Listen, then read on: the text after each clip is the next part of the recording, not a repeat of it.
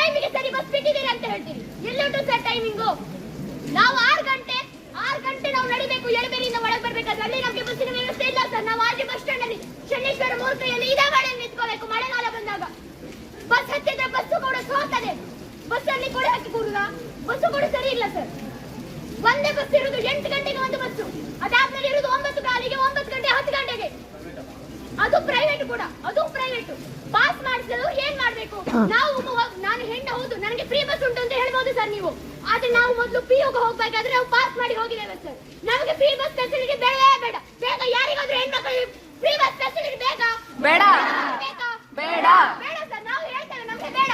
ನಮ್ಗೆ ವಿದ್ಯೆ ಬೇಕು ಸರ್, ನಮ್ಗೆ ವಿದ್ಯೆ ಬೇಕು. ನಾವು ಕಾಲೇಜಿಗೆ 10ವರೆಗೆ ಹೋದ್ರೆ ನಮ್ಮನ್ನು ಸೇರಿಸುವುದಿಲ್ಲ, ಗೇಟ್ ಬಾಗಿಲು ತೆಗೆಯುವುದಿಲ್ಲ, ವಾಚ್ಮೆನ್ ಒಳಗೆ ಬಿಡುವುದಿಲ್ಲ ಸರ್. ಇದಕ್ಕೆ ಯಾರು ಸರ್ ನ್ಯಾಯ ಕೊಡುವುದು? ನೀವು ಹೇಳ್ತೀರಿ.